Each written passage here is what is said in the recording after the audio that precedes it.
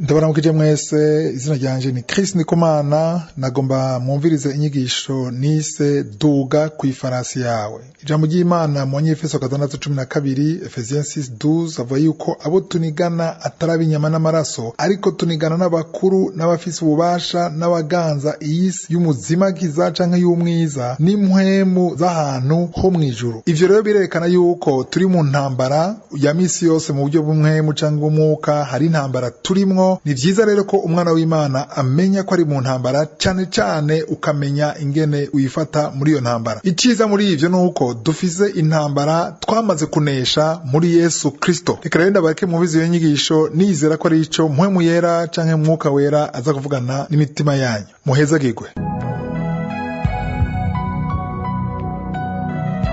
Some muri Yeremiya 12. Hari amajambo akomeye ngo masome. Jeremie 12. Asome umurongo wa mbere tugenda buke buke. Yeremiya 12 umurongo wa mbere ushaka kwa gatanu mugabo agende buke buke ngana muhagarika. Asome umurongo wa mbere. Jeremie 12:1. Ewe Uhoraho, Ewe Uhoraho, iyo nkuburanije uboneka nk'ugororotse. iyo nkuburanije usa n'ugororotse kandi uragororotse. Yamara naho nyene nogombye ko dusiguzanya, mbega igituma abanyakibi bagenda bagubwa neza mu kuboko kwabo niki? Gerageza bazugeze ngaho. Uyu mugabo ko yidodomba. Yatanga avuga gute? Igifaransa bango tu es trop juste. Yishize ko trop nubwo yuko hari ikintu atari cyiza. Umwana mwiza trop. Nubwo yuko umuntu ashobora kuja guprofita kubera umwana mwiza. Uyu mugabo watanguye nk'utazira Imana ariko ko aragiriza Imana. Yeremiya umuprofete. Ngo tu es trop juste, uragororotse cyane. Éternel, pour que je conteste avec toi. Mbega je ndashobora guharira nawe. Uvyumva bwa mbere umengo aremeye ivyo Imana ikora. Aremeye ubushake bw'Imana, aremeye jijima z'Imana, ariko vyonona. Yavyononye gute? Yatanga avuga ngo je veux néanmoins. Mu Kirundi avuga ngo nubwo urumwana mwiza ariko arakantu gahaze. Imana guhezagire. Urumwana mwiza ariko arakantu utari keza, ngenda gukritike wewe Mana. Ahanye twese namwe atakritise Imana n'abakikritike uno munsi. Iyo byitwa kwidodoma. Urabona Imana ni nziza, Imana yashoboye, ariko ari akantu katagenda neza. Hamwe ugakosora Mana, Bana, wochwa parfait. Biratwezanire abana b'abantu dushaka kwereka Imana ngene ikwiye kugororoka. Nkuko tuyirusha Mana, ego aha wihenze byiza urukugira gutya. Après, je vais néanmoins t'adresser la parole sur tes jugements. Kuma jugement yawe, kuvyo ukora, ngenda kwereke ibitameze neza. Ariko uri Imana nziza, sivyo? Nuvyumve nabi. Ariko ari akantu shaka ukosore. Icyambere yakivuze, yambwiye ibintu bibiri. Ngo pourquoi la voie des méchants est-elle prospère? Mbega igituma abanyakibi bagenda bagubwa neza mu kubaho kwabo niki? Twebwe turakijijwe turasenga ariko ebana kizi. Apagani ama Mercedes abiri ama Range Rover ari apagani utazina Yesu. Quand même, c'est injuste. Niza turabwira Imana ngo uri injuste. Mwiko mwigira abagororosi gose. Je nayibwiye kenshi kera, yo Mana urandenganije. Ndarasenga, uje nasenga. Kazi Imana yanzimije kuri iki kibazo. Haci imyaka irenga 10. Imana yambarije ngo none bibaza yuko iyo ntanze imiduga n'amafaranga iyo niyo yitimigisha. Imana yanyereka ibihugu itunze abantu batunze bafite amafaranga menshi. Yambwiye ati haya benshi ubona nizo kwije mwe bw'Imana. Kumbe rero ndatunze kubasumba. Anyereka ati yaba ubutunzi ari ibintu materiel aho byo ari bindi. Aho navuze ngo twebwe abakiriho yaba ubuzima wera hano ku isi turabagowe gusumba abantu bose bo ku isi. Paulo ariko yavuze ngo nimba atakuzuka ko bapfuye kuriho, yavuze gute Paulo? Reka tujye tunywe dusohoke muri boîte dusambuke kuko ejo tuzopfa. Ariko nimba twigumya ni kubera hariho ivyizigiro ko ari undi buzima inyuma yo kwisi. Hari umuntu afite imyaka 80 nga na tonto ntanayishikana 80. Ari uyifisa uyegereje na Joseph we na 70 uragira we. Ngoya ndashaka byinshi byo gukora. Hari imyaka just nibaza ko ari umuntu hari umashaka gushikana 120 ans. Ushaka gushikana ninde? Umwe, babiri, batatu, bane, batanu, batandatu. Kwiki mushaka kugorana? Bazomba baterura kukuzuba kota kazuba kwigira ku ibintu byose. Sinumva gitusha bya kweli 120.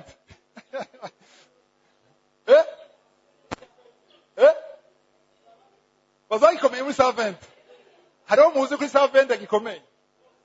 Mose nituri kuri Mose no Mose.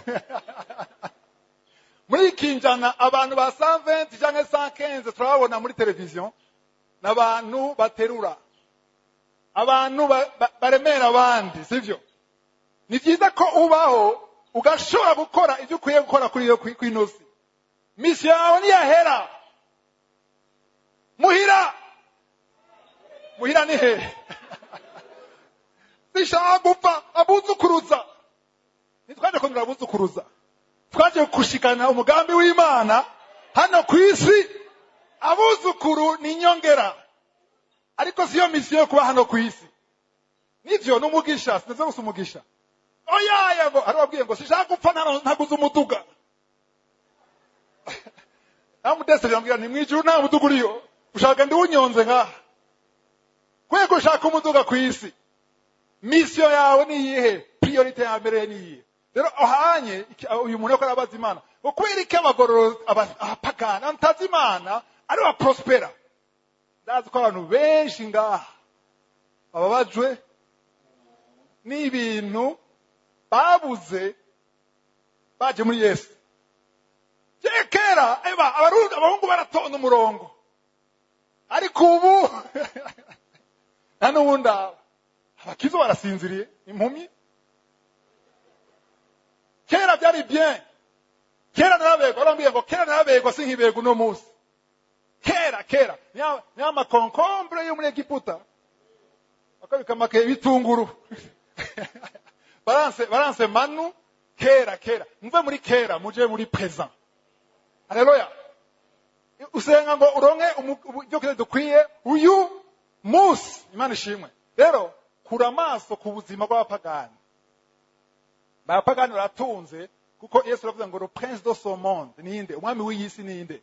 Satani arasa ubushobozi. Yumvire Satani yabwiye Yesu ngo hamwe womfukamira. Biyumvira Satani nimba ari umuntu arinda kuri ino si. Yoha iboneka nitaboneka ni Satani. Yesu umwana w'Imana ngo fukamira. Ushaka kuyaza kubwira Yesu ngo fukamira. Fukamira ndaguye ubwami niki na gloire n'ubwiza. Yabwiye ko Satani yarashoye kuyimuha. Yesu yavuze ngo urabesha wowe impa wewe.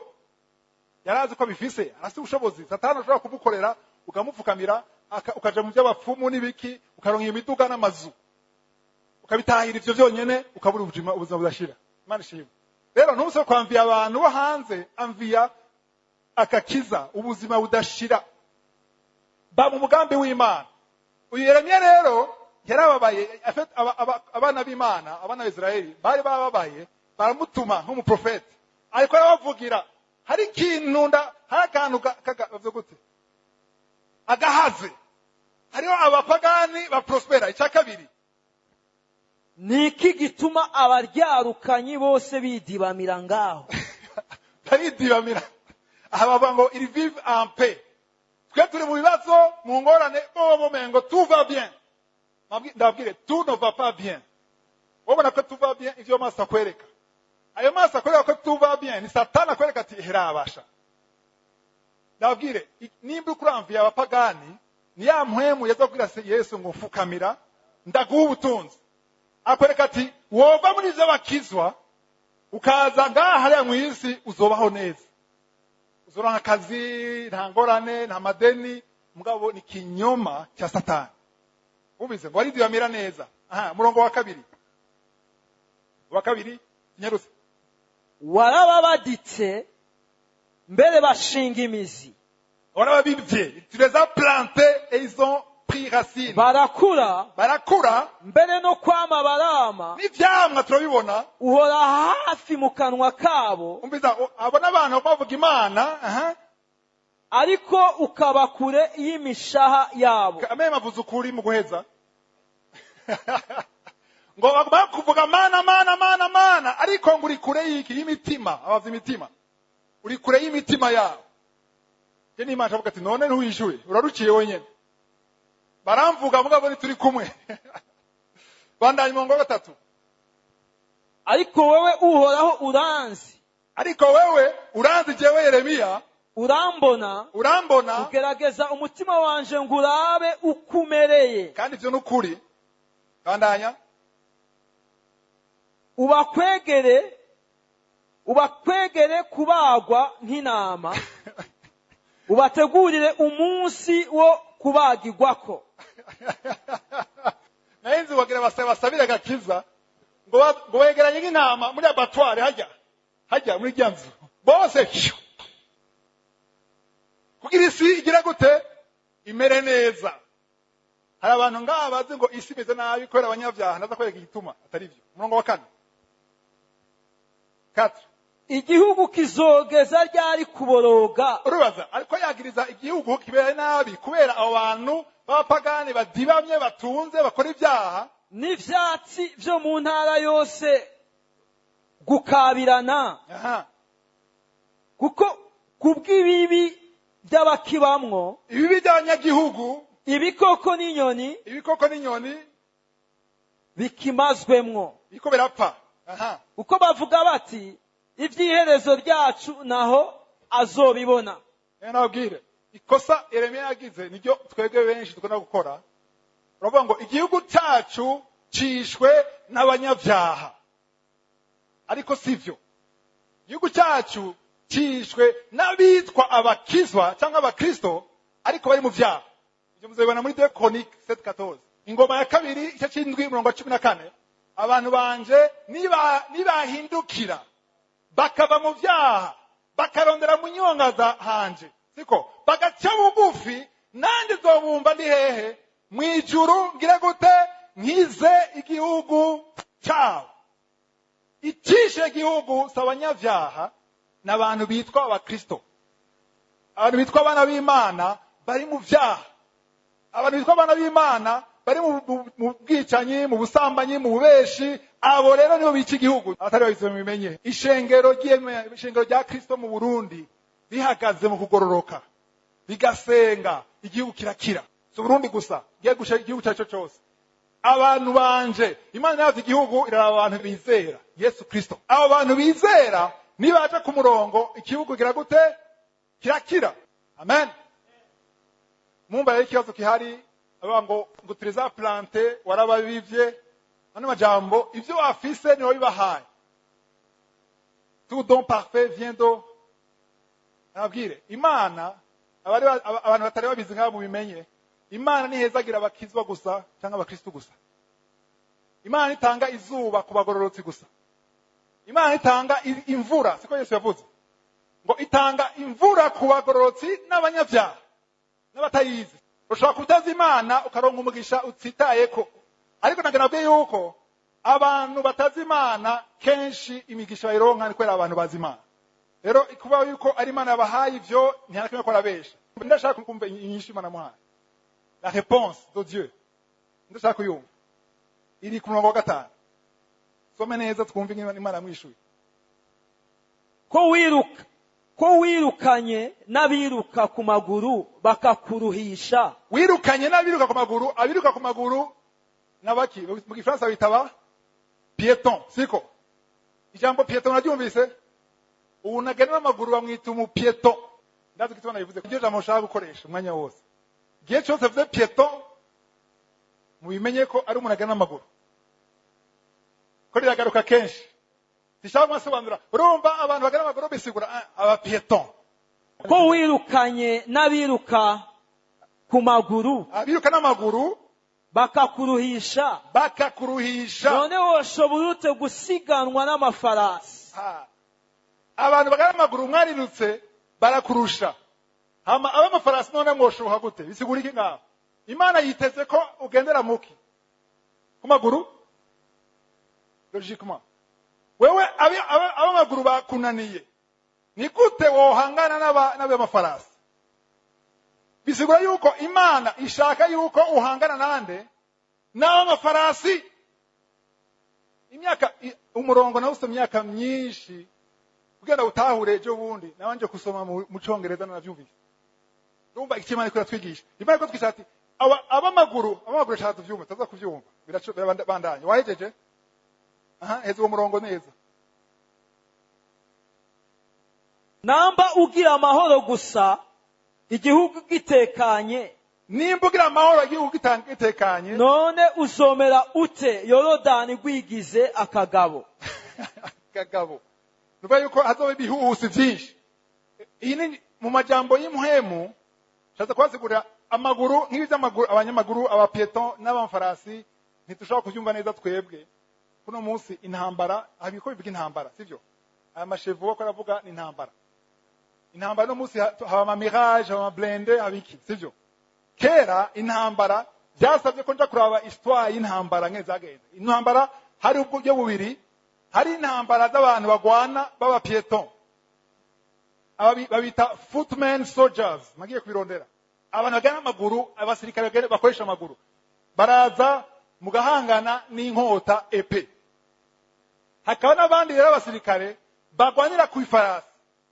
Rero ngaha Imana ikira tubwira ngo nimba abamaguru bakunaniye, ni gute wangana n'abafarasi? Amafarasi yazo ko ari nivo iruta abamaguru. Nka mirage canke indege, hariho abagwanira hasi n'abagwanisha indege. Abigwanisha indege rero basingomezi gusumba abari hasi. Mwavyumva ivyo? Aha rero Imana kuravuga ati nimba unaniwe uruhishijwe n'amaguru, ayo mafarasi bo uzobashobora gute? Ama point d'interrogation menshi ariko kugira mu nk'inyisho. Muri histoire ngene bagwana kera. Uzogene murondere abasema Wikipedia. Ngene bagwana mu ntambara kenshi batangura kurungika aba pieton, aba footmen, abo bita aba footmen. Baza n'inkota. Akazi kabo kari kukuderanja, kukudestabiliza, kubaca intege kugira mu bivemwo. Babanza kurungika abo. Kenshi ugiye kugwana ntawe witeze kunesha nabo bagabo bari ku maguru baba pieton. Abagabo baba pieton baza kubaderanja, kubaca intege kugira mu bivemwo canke mubone ko byanse. Ariko bananiwe haca haza abamafarasi. Amen. Abamafarasi rero amashevo bahura nande n'abamafarasi nyene. Niko mukoma nyumva. Nuvuga yuko umuntu wewe ugiye ufite inkota uri ku maguru uri mu pieton, wawiteze kugwana n'umuntu ari ku nkota nyene. Ariko umuntu agwana afite ari ku farasi ntushobora kuri ku maguru ukaja guhangana n'umuntu ari ku farasi. Kana bereka iby'intambara gatoje tubagaruka ngaha. Pio, tuje ku murongo umwe abantu batahure neza mu Efeso 6. Abantu bavuga ati kwereka iyo ntambara, izo ntambara zivuye he? Ephesiens 6 12 à 13. Usome umurongo wa 12 kwanza. Abanye Efeso 6. Uko abo turwana atarabi inyama n'amaraso. Abo tugira gute? Bande turwana, bande. Twebwe bande. Abarundi abizera, sivyo? Abizera bagira gute? Baragwana. Abo tunigana atarabi inyama n'amaraso. Abo tunigana sawa inyama n'amaraso, ariko tunigana n'abakuru. Tunigana na bande. Abajenero, abakuru bahe? Abakuru, abafise ububasha abafite ububasha n'abaganza isi y'umwiza abaganza isi y'umwiza n'impwemu mbi z'ahantu ho mw'ijuru contre des esprits méchants dans les lieux célestes. Abantu bose ko baravuga domination, autorité, esprit méchant, abo bose ni abansi bawe. Barihe none ko tababona? Abo mwaza haro mwabonye. Abantu mwabonye si nko hanze cyangwa inkota. Ari nabwire nti hajya barahari. Kwereke nafse abakristo bavuga ngo nta ntambara ikihari muri Yesu. Nivyo tugwana intambara Yesu yanesheje. Ariko intambara irahari. Ari doctrine Satani yavyuye zo kumvisha abana b'Imana ko atantambara ikiriho. Bavuga ati uno munsi ntidukeneye gusenga muri sansi ya komba. Arakwereka n'amajambo arakwereka mu Banyefeso jambere akwereka Yesu ngende yicaye iburyo bwa data ngo twicaranywe nawe iburyo bwa data hejuru.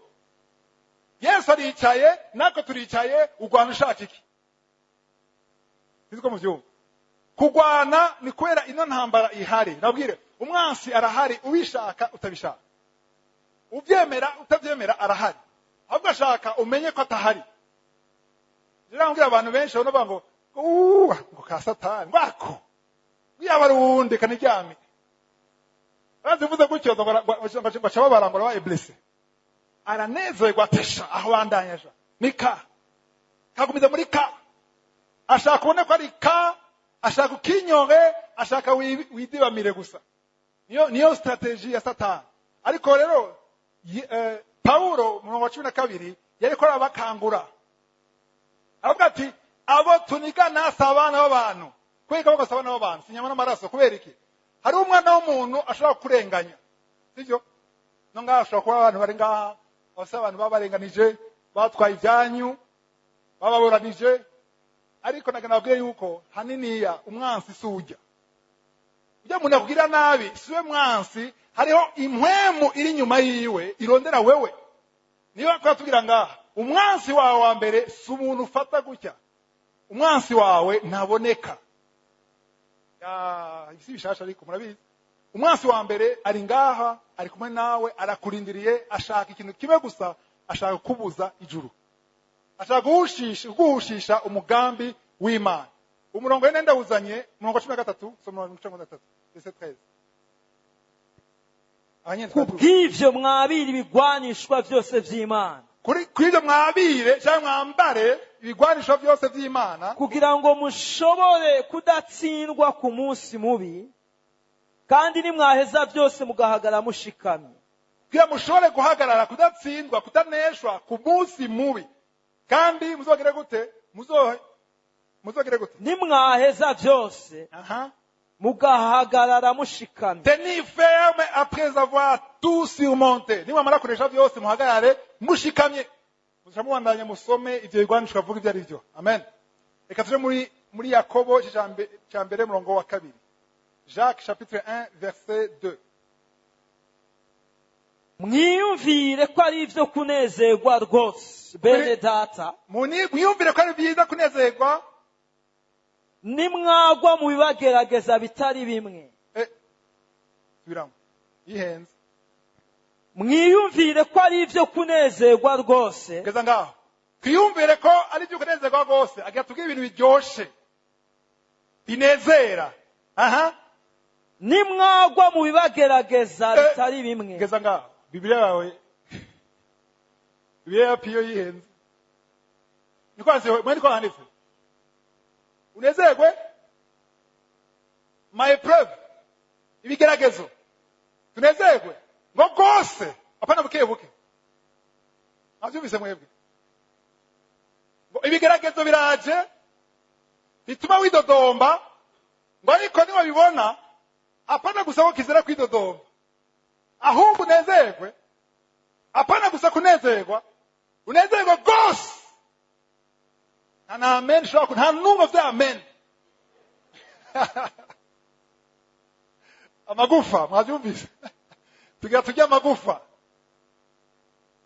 Hayo mvuga ati munezerwe kuko Yesu yanesheje mugira muronke imigisha akazi abagabo abana. Amen. bisiri ko hakwa amen nkara moitié ya église hari abantu bakishaka kuvuga yes turatakiye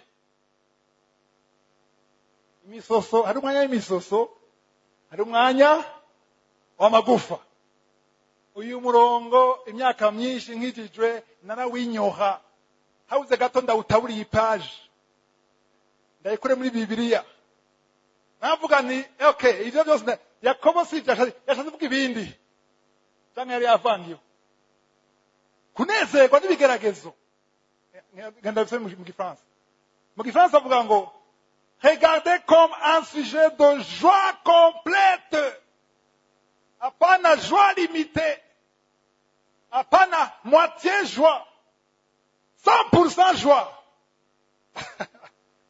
les diverses épreuves apana épreuve imwe zitandukanye ubwoko butandukanye auquel vous pouvez être exposé ibigeragezo Satana aradai ikigeragezo urabuza akazi banagusohoye nezerwa katika jina la Yesu unezerwa gute umwana aragwaye birasukira nezerwa wagwaye mu mutwe unezerwa unezerwa kwera iki ngereza mwiyumvire umuntu unezerwa kwera iki ninda kuningo tuvugisha ukuri ninda kuningorane ngaha aduze ukuboko cyo twihana twese ngaha tumusetse ngo dusenge ninda kuningorane ngaha nta numwe aha rero bwabaye sincere nta numwe abesha ari umwana akora abesha uri umwana ufite ingahe afite imyaka ingahe ntabyo urabona cyane ibigumire mu kwa mama nabyo wenda kuningorane ngo tewe ntadisha kingorane uri umwana yaryoshe uri parapluie byose tuva bien mambo sawa sawa sivyo ingorane ntawe numwe azishaka kandi ndazi neza yuko na Yakobo ntiyashaka ingorane azashaka wewe ntiyagize ingorane gusa wewe waramwishe epe Herode yaramwishe kuvuga rero aha Yakobo nakoba ngo nezerwa n'ibyo bibazo nezerwa n'umwana gwaye nezerwa n'icyo kigeragezo nezerwa n'iyo menace ya patron sivyo nezerwa abakurikiye fata Yeriko nayigishinga ntunezerwa n'ibibambazi ntunezerwa n'ibihome unezerwa n'iki hari kiri nyuma y'ibibambazi hari kiri nyuma y'ibihome nivyo ukwiye kunezerwa mani majambo bisigura iki kenshi ikigaragazo hari ingorane ubamwo mu buzima ari consequence cyangwa inkurikizi z'ivyaha byawe hari ingorane ugira ko utagize ubwenge hari ingorane ugira ko wifashe nabi comportement mbi sizo niko navuga avyumvise ariko vuga ibibazo ibigeragezo Satani Imana irekura yo nyene ishaka kugushikana handi hantu ifise intumbero iyo byo bigeragezo bije ukwiye giriki kunezerwa kunezerwa kwera ikigeragezo kirekuwe n'Imana sivuze cha Satani kirekuwe n'Imana ni signal ni avertissement ko hari kiri nyuma umenabwire uko ikigerageza kiba kinini niko umugisha munini uko kiba gito niko muto je nishakira duto nishakira pieton okay uzoronka biri nyuma ya pieton nimba ushakira inyuma y'abafarasi biratandukanye n'ibyo inyuma ya pieton abyumva aba pieton kenshi ni nka échauffement préparation je nishakira kuva ngaha uzoguma ngaho nyene birankwiye ndabwire hari imigambi Imana ifise hari ahantu ishaka gucisha kugira ushobore kuba ku farasi ifarasi cyangwa cheval ni ikintu umuntu yaremye n'icyo Imana yaremye muzogende mugire ubushakashatsi murabe icyo cheval murabe ubushobozi inkomezi ifise ibirometero ishobora kwiruka ukuri ishobora no kuruhuka ihagaze ishobora kugenda muri neje n'ahaturira n'ahakanye hari ubushobozi budasanzwe ku ifarasi ifarasi rero ngaha mu buryo bw'impwemu uvuga yuko uku turi ngaha twese hari ifarasi yawe Imana ishaka ko uhurira ko uduga ukawa ku farasi uve ku maguru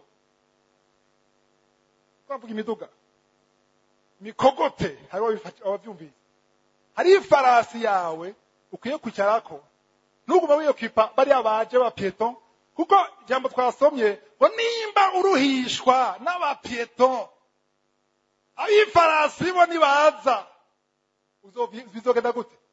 Bisaba ko ushobora kuba uri prepare. Kenshi Imana iguprepara d'abord kuba pieton. Ndabwiza ukuri hari ibigeragezo naciyemo nidodomba,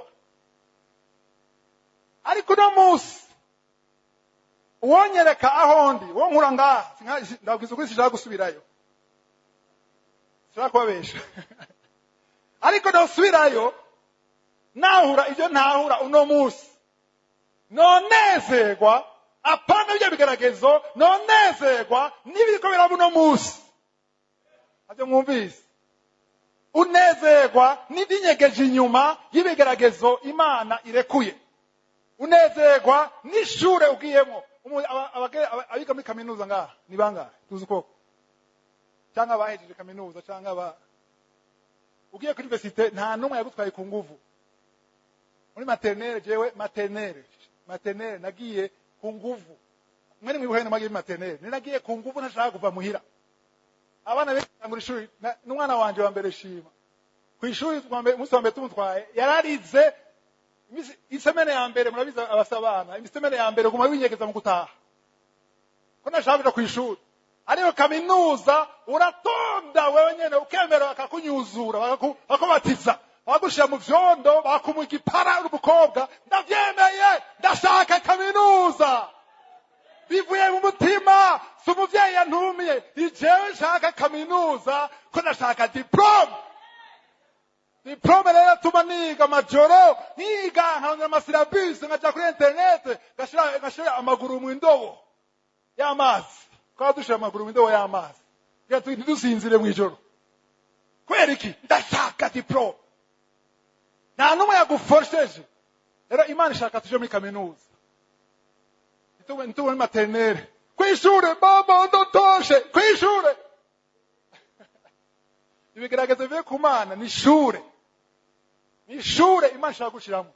Rero ishure wibaza ngo none je nogira ikibazo kandi ndi mu Mana, nogira ikibazo kandi nkijijwe kameme. Niyo ugize ikibazo anakwaza none wewe uri sûr nta kantu kiruhande ugira wowe wano gitanga mu ishengero nane. Iyo crise c'est pas normal, c'est pas normal. Myaka ingana gute mugabo uraronka usenga gute wowe? Aho rero nabwiye Satani afatira ngaho nyene. Kenshi kuna uvuga ngo kirazira kwidodomba, sivyo? Nivyo kugera hano nawe uvuga ati danse kwidodomba. Situation yose ishaka ko idodomba ubwira uti danse kwidodomba. Hari umurongo ushaka gusoma gatoya mu Roma 8. Umurongo abantu mwese muzi benshi murabuzi ngaha. Kandi turazi yuko kubakunda Imana byose bifataniriza hamwe kubazanira ivyiza. Geza gatoya hariho amakondisiyo abiri ahari nagenda bere ku murongo bamwe bawumva ko batarabawumva, sivyo?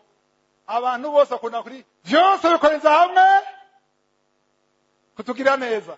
Twebwe bande aha niho ikibazo. Si bose bashobora kwitwaza uyu murongo.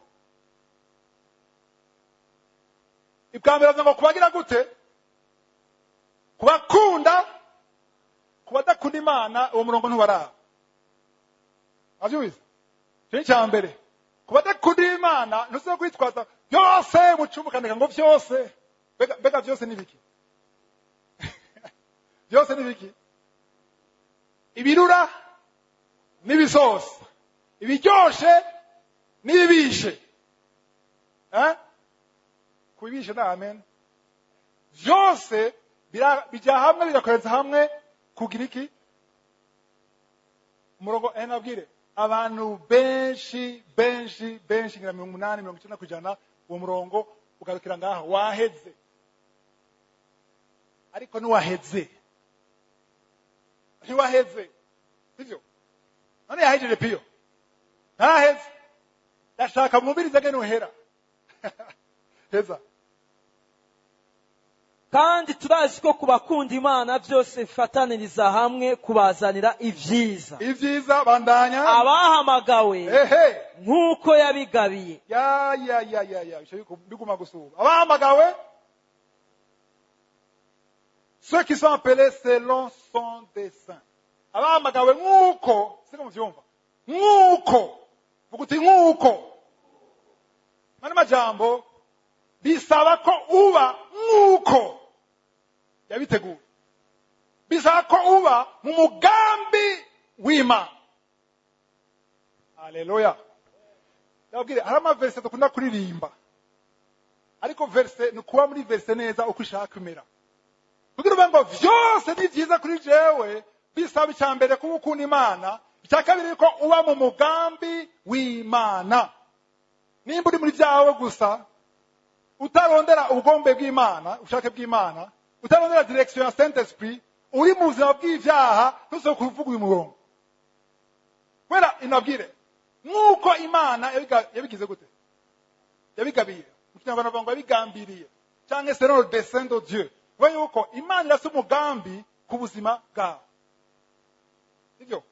Yesu yavuze ngo dusenge tuvuga gute Matthieu 6:10 ngo dusenge gute que ta volonté soit faite ushaka bwawe ku isi nk'uko buri mu ijuru. Rero iyo uzi ko uri umugambi w'Imana iyo uzi ko wihanye iyo uzi ko atanga uyu munsi hamwe n'Imana haleluya uzi ko umunsi utanguye uri mu mugambi w'Imana ko mugambi w'Imana benshi baza ngo je ntavyo nzi none menya gute amavision ntayo ndonka sinonka oya ntibisaba kumenya amavision ko mugambi w'Imana ni mu mutima bwa mbere uritegura kuba mugambi w'Imana sivyo bwa mbere urihana utarakira Yesu urakira Yesu umwana n'umukiza sivyo hanyuma ukagenda mu by'Imana ishaka mu gitondo ugategura umunsi ukabwira Imana ngo Mana ibintu bitari umugambi wawe no munsi Yesu ngisho murayigira abana bivuze kenshi mukango sivyo ibintu bitari umugambi wawe uno munsi vyose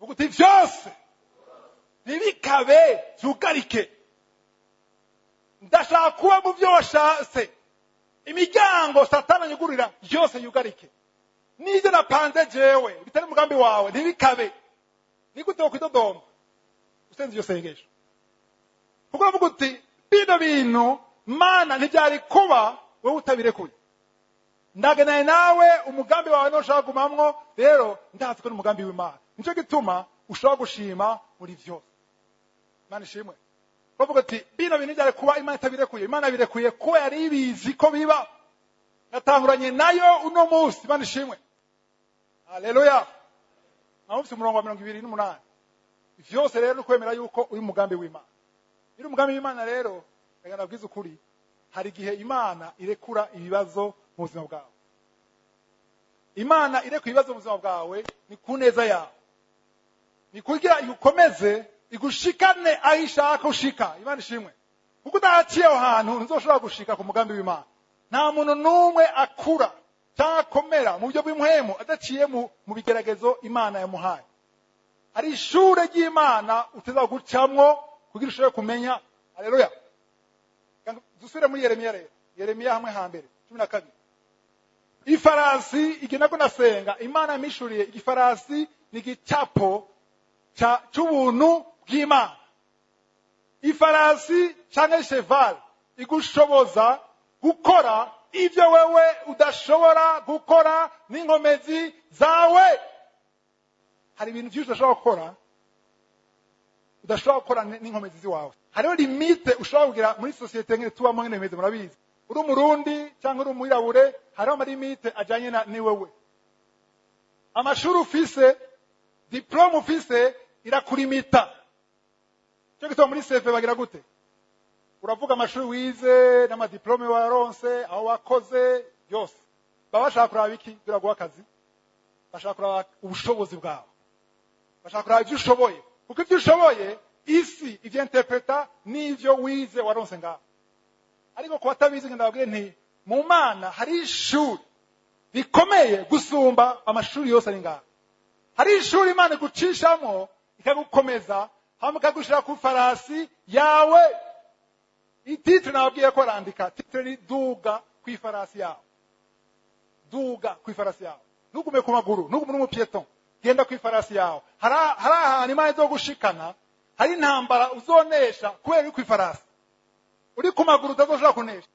Aramutamaje mpora numva. Isi irabwira ati wewe mukobwa 45 ans 48 ans oublie nta mariage izohaba. Hibaho nta mugabo azo kurongora umukobwa wa 40 ans 48 ans 50 ans niko bakubwira. Ari kuri kwifarasi. Uri kwifarasi ugira nubira naho wagiye mu menopause uravyara. Kuko kwifarasi nta limite ihari. Kuri la grâce de Dieu igushika naho we utoshika ama limite yose ari. Mani shimwe. Birabagiza kuri nako babwira njigara bakaro kiwanje. Umuvyeyi wanje papa wanje akiriho. Yambwira ati wewe uraze kweza kaminuza. Uraze kweza universite. Hatuzovamwo. Nikubera tuzovamwo. Kugira utere imbere udafise diplome universite utegeza kuba umwescro cyangwa umunagira diri y'urumogi. Ano wotere imbere ariko udafise utaronse diplome ko universite na nayici hagati. Udafise diplome natuzovamwo. Just ndavuze ifarasi ko sinzi ifarasi. Mwana enzi chima nambari. Nanzi yuko sinzobavamo ikintu kubera diplome. Diplome ni nziza, ifo kwiga abajene bari ngaha. Ifo kwiga, sivyo? Kweli Imana ikoresha amatuzi yose ufise. Imana ikoresha ubumenyi bwose ufise. Ariko nuzoshira amaso kuri diplome. Arabona baronka diplome gaca bagara kwicara kaguru kandi. Na depose narindiriye. Ukene gudepoza handi, udepoza mu ijuru, ugashira ku ifarasi yawe. Ifarasi yandiho nihagarara iguma igenda. Intambara ihari iminsi yose. Nusire kwagara kwizera ngo ntacyo. Fate nk'ubunye yaba tonto ari vice president. Tonton est là, tout va bien. Urashaka gukena tonto hari. Ugakena bien, Imana ikugara mutima wiwe. Maze Imana ikumanza umutima. Nabizi. Ninde yakumanza umutima? Farao yarabukamanhaje, hanyuma gute? Ira devisa ka. Yamukumanza umutima arankorekura. Irakomana zirazitira bien, arankorekura. Bageze kuyiga gitukura kirugurura. Atasura kwakurikira. Nabwire yuko ntuzesure kwishimira umwana w'umuntu. Ntuzesure kwishimira ubwiza bwawe. Ntuzesure kwishimira famille yawe. Ntuzesure kwishimira amashure yawe. Ntuzesure kwishimira igifaransa cyawe cyiza. Ariko wishimire ubwami bw'Imana. Wishimire icyo ndiho yateguye kuba hano ku isi. Ndabwire ari umukozi w'Imana azi gose ngahino mu Burundi. Yarambara ati umviriza yenda kubwire Kristo. Wewe ndabona kukunda Imana. Kandi urasenga urakunda Imana. Ariko ntuzopfa uteye imbere. Ntuzogenda nko muri Kenya. Ngiye Kenya. Ntuzogenda muri Kenya uvuga ubutumwa abantu baza gukumviriza. Udafise diplome ya theologie. Ukora lo monde turimo nuko bimeze. Kugira abantu bize baza gukumviriza banzane diplome ya theologie. Utayifise abana wowe uzogoma ngaha nyene bizohera ngaho. Kuko wewe yiyumvira nk'umupieton. Yabona ibyo kuri hiryo hasi gusa, ntiyarazi ko ari amafarasi ataboneka yo mu buso bw'isi y'imwemu. Amafarasi ataboneka azibake, shaka mukanguke muyabone. Duga! Vuga uti duga! Urira! Hehe! Satani anezerewe. Ntashaka kubyumva. Ndabwire, umuntu azobwira ngo jewe nta gitero ngira. Tungi uti ihane. Urumubeshe. Gute ushobora kwishima ngo nuterwa Yesu wenyene ubwiwe yaratewe. Satani amurengeye ngo umuntu amurabira hasi gusa. Yesu Satani yamutera akamutegera avuye ku musozi gusenga. Akurindiriye. Akarondera no guca kuri Petero. Kugira agire gute? Ashikire Yesu. We urinde. Yesu yaravuze amajambo akomeye cyane. Nzosome Jean 15. Wisome mwumve. Muonde musoma. Ni cyo gikurikira. Kuko twebwe nimba Yesu baramututse, Yesu baramubeshera, Yesu baramuvuma, wewe uvuga ngo jewe umukozi w'Imana arubaho kabasha, mbere ashobora kunuka jewe n'umukozi w'Imana, jewe bishop. Nuvuga yuko Yesu nimba baramurenganyije barashobora kurenganya. Yesu niba baramusuzuguye atacyaha yakoze, wewe urinde udashobora gusuzugurwa. Ndashaka kubabwira ngo abantu bakubesha ngo jewe ngo singiterwa, jewe sinkigwara, jewe sinkigira iki, n'ababesha. Ijambo ry'Imana rivuga ngo Yesu yarashishuwe, imishago yiwe twaronse ukira. Benshi bavuga ngo twaronse kutagwara, ariko twanditse muri Bibiliya twaronse gukira. Tanka uyu mubiri wacu uyu twambaye utaracungurwa, uri expose ku bintu byose, ariko Yesu aratugwanira. Imana ishimwe. Rero iyo Satani akora gutera, ashaka ikintu cya mbere arondera niki? Ko widodoma. Ashaka gukura amashinga mu kanwa kawe, uvuga amajambo mabi kuma. Niba ari umuntu wambara persevera ku isi ni Satani. Satani yaneshejwe, yacira ubanza, ariko aguma bandanye. N'uwo munsi avuga ngo kugeza kuri sufre ya nyuma. Ariko nababwira ikintu kimwe, nuko umuntu wese araterwa, ariko inyifato yawe umenye yuko izotuma ushobora kuronka ivyinyegeje inyuma y'ibyo bitero. Amen. Hari umugisha, dufata akarero, hari umugisha uje. Umugisha Imana igira uguhe, hari promotion iraje, Satani ayibonye, Imana yapermese abapieto bo kuvuruga gusa. Abapieto ni bande? Uyu mugabo wanje vraiment ntanambona, ntanandaba, bego ambonye mvuye muri salon ntanakibungiye. Nibuka inkuru y'abadamu babiri bari muri salon, ngo jewe nabuze ngo ngene isokoza, ngo kwafire yose ngize umugabo ngo ntayikunda. Uyu nawo njanye nawe shaka kuraha. Jewe nano shaka ingata hejuru. Ingorane ziratandukanye. Wenda jewe yabandaba no moza bwira shashe iri ushaka. Avyo ngira. Rero ari utuntu twishucamo kwidodomba, singishobora gusiga bleba, ariko urasumukate. Ntushobora no gushima ku mukate, bleba. Satani abacabwira kana, mama bleba yaheze. Mama muzi ko Satani akoresha mu bana. Acha mu bana. Uze wihende bakararya ku TV1000. Balo ina imodoka. Uzugende muri alimentation shop n'umwana wawe ufise ingodo irimwe abakashi. Ndashaka kubona wayidodo, mega n'abana wayidodo. Abana wayidodo siko. Amuzi ko wayidodo. Hariya bobo banywa nido. Twe tunyicaye kirabura. Nacho sha Yesu azobizana. None Yesu ko boko bibahaye Yesu. Kwenge twa tabiduha. Aho hose Satani ko mu mwana arondera nde? Wewe. Aravugamana. Abanyabyaha bafise nido. Jewe ndabuze nido. Abona abapieto nturabona ifarasi gutera. Ifarasi zinido, imishatsi, ntetere sivyo. Ifarasi n'ibindi n'ubuzima buragenda. Mama ringa yashinga nari nazuze ukuboko. Yakora vyara ari he. Tuze ukuboko yasose. Yagiye ujya mu mama ariko ifarasi yatewe n'ifarasi, ifarasi sanga ari ku ifarasi nawe nye. Yarahagaze. Kiya gitero yaronse sumu pieton. Yatewe n'ifarasi. Iyo ifarasi sanga ari ku maguru umwana we capfa.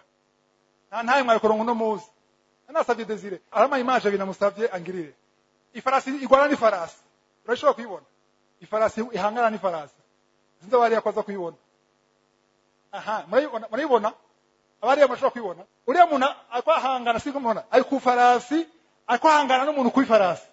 Bakora gwana komba egala. Ujya mu mashizi ntahe nijya situation mubona. Murayibona? Ntihaboneka neza kubera lumiere. Hari farasi imwe ngaha iraba hari umutwe uri hariya n'iyindi farasi iraba gutya. Murayibona? Uriya mugabo ariko ahangana n'uriya gutya. ndababwiza ukuri niwashaka kujya situation uranesha 100%. 100%. Kubera hajya niho Yesu nje yapfiriye ku musaraba. Yesu ashaka uve ku maguru, uduge ku farasi, uhangane kuri ya niveau. Nabwire uri ku farasi, ubu pieto n'ubu petit joueur. Ya kabiri. Iyindi ijya image yindi waro ijya ikurikira. Voilà, urayibona? Umwe ari hasi, undi ari hejuru. Yeah! Nana mashibukoma. Aza mashisha sigura. Havyo numva kamfe koma mashi. Tamashi umuntu ari excited. Era buya ujya mugabo ari hasi ni bwa upieton, footman. Buraza gutera nido blue band imishatsi umugabo wanje barantwenga imyaka ikiraba myinshi nta wundaba nubyo hasi ariko uri ariya hejuru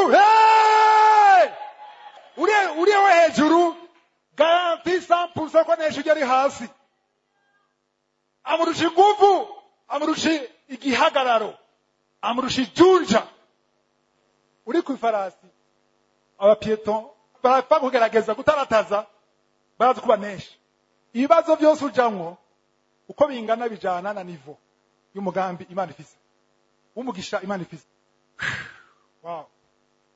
Igenda nari muri Ottawa 2 mois avant hari umudamu yabonye inzozi Imana imwereka yuko hari igitero kizoba mu muryango wanje. Igikorane cya mbere cya Ottawa giheze icya Edmonton cyari kuba hari kwatake umugore wanje gushiko ngacampagarika igikorane ngacafata indege ngacamanuka na madamu nawe nyene yari yabirose iko bagikurikiye navuze nti hari ibitero byinshi n'ubu naje hari ibitero uvuga yuko la veille tewe madamu arategwa cyane apana ingwara isanzwe ingwara imwe udashobora no gusigura ari mu gitanda ku buryo nagiye kugikorane ariko ari mu misonga idahera umutwe wose ariko ndabwira satani nti ndagenda ndabuvuga abantu barakizwa kandi barakira. Satani yashaka iki? Ishano vuge barakira bazukiza umugore wawe. Yashaka satani ngira ngo mana none cyenza gusengera abantu mandamagwaye. Satani yabirondeye araba desi. Ifo kutestefa satani, ko utazi kutestefa satani. Agutega umutego ugira widodo. Uvuga amajambo ucubivamwo ushuto kwizera. Ariko ubutumwa barabaye ko Imana yamaze kubyavetisa abasenzi baraja hamwe barasenga. Bagira chaîne de prière. Edmonton kiraba. Hagaze imbere muri Edmonton. Imana yambwiye ati kino gikorane hazokira abantu benshi kuri YouTube. Aramaze kumva n'izindi tutarabaha zinshi. Abantu bakarabohoka manifestation direct. Satani yashaka kiba. Manishiwe. Turasenga neze ngaruka atukutuki muri ntambara nyene ariko arakira. Haleluya. Ariko rero haraciye 2 jours, le 15, le 14 juin, vendredi. Haba igitero kindi kirondera jewe. No usanga tuvugana na madamu. Turi excité kubona ikigira kize. Twende kubona umugisha winyegeje nyuma y'ibitero. Turashaka kubona ivy'Imana igira iduhe. Turashaka kubona promotion igira dushikaneko kuko bine bitero nishobora kuza gutyo turi umugambi w'Imana nisigura yuko ari avertissement ko ari ibintu vyiza biri nyuma. Nico gituma Yakobo ngo munezerwe in joie complète. Kubera kunezerwa ntunezerwe ivyo bibazo unezerwe biri nyuma. Kwa gatanu ndi hanze madame yari yagiye n'umuduga ndi kubaraza ndi ku telefone umuntu mubona azanye umwana wakabiri asinya kitatu umwana ariko arasamba yataye conscience amaso araba hari sikubona umuntu akasambagira Petero asaka gripe mugabo agira ubushuhe urarenga ngerageze kuri 40 aje competition nta nyiri yumviri aza ariko amaso kamuhamagara si hari ndamutwara muri sano ndamushira hasi ku ntebe nta kumusengera si hari asa je nabonye papa yapfuye mbona nawe umuntu apfa yagira exactement les mêmes signes. Amaso aragenda, ndasenga agera ahantu amenyo atakuza n'ifura mu kanwa, amaso aragenda yose. Aho rero hagera ahantu mbona yuko ya etape yavuga ngo fini pri nibuka umurongo w'Abaroma 10:13 muzowandike mubike mubugendane. Romains 10:13 celui qui invoquera le nom du Seigneur sera sauvé. Abantu bazi ngo sauvé nagakiza ko kuza kuri Yesu gusa, oya gutabagwa. Wamagaye izina ry'Uhoraho uratabagwa. Niba usiyo murongo ivyo kuvuga amajambo yo amapromese indimi birahera. Yeshua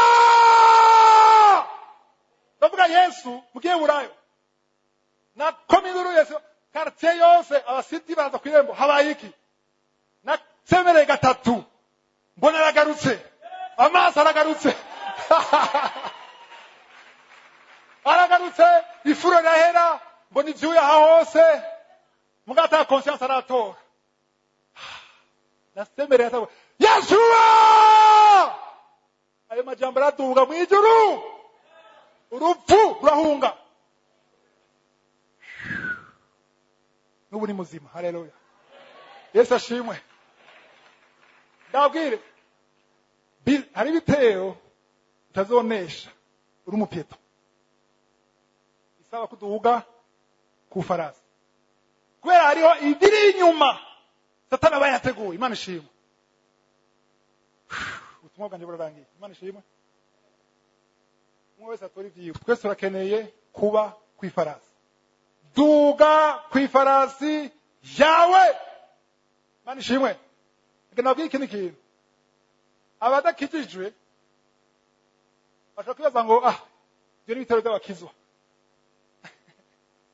Nabwiye yuko abo Satani yaboshe nashaka ko ajya n'uwamucika, arakubohera ngaho, ahagusamaza ngaho, ariko ntashaka n'umwe amucika. Nicyo gituma rero kugira ushobore kuba mu migambi Imana yaguteguriye, iby'Imana yaguteguriye, kuko twese turi ngaha hari iby'Imana yaguteguriye, sibyo? Ariko kugira ubibemwo hasaba ikintu kimwe, hasaba ko uba muri Yesu. Igihe Satani antera jewe abana bavuga none we nawe usengera abantu, Satani ashaka ko mvuga ivyo nyene. Satani ashaka ko mvuga ivyo nyene. Yesu kiragiye ku musaraba, ariko umusaraba hariho attitude zibiri, impwemu zibiri zikora. Hari wari ngaha n'uwari ngaha, sivyo? Satani yagiye arespira umwe muri abo bagatiye Yesu, arambwira ati na wewe abwira Yesu, wewe wasuye Lazaro, wewe ukora ibitangaza, wewe umwana w'Imana nzima, none niba by'ukuri umwana w'Imana nk'uko ubivuga, niwikure ngaha ku musaraba natwe uducungure, udukure ngaha. Aya n'amajambo ya Satani ashaka kwereka ati we nta kibazo wogira kuko ugororotse kuri umwana w'Imana.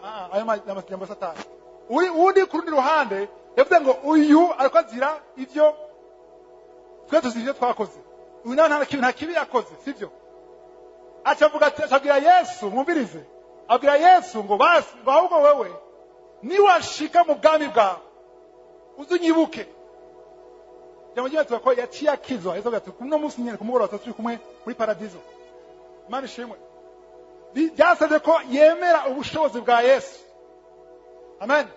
Aho Satani atera abana banje, umwana wanje cyangwa madamu, ashaka ko nje imbere y'Imana ni dodo. Ariko twera madamu twafashe decision.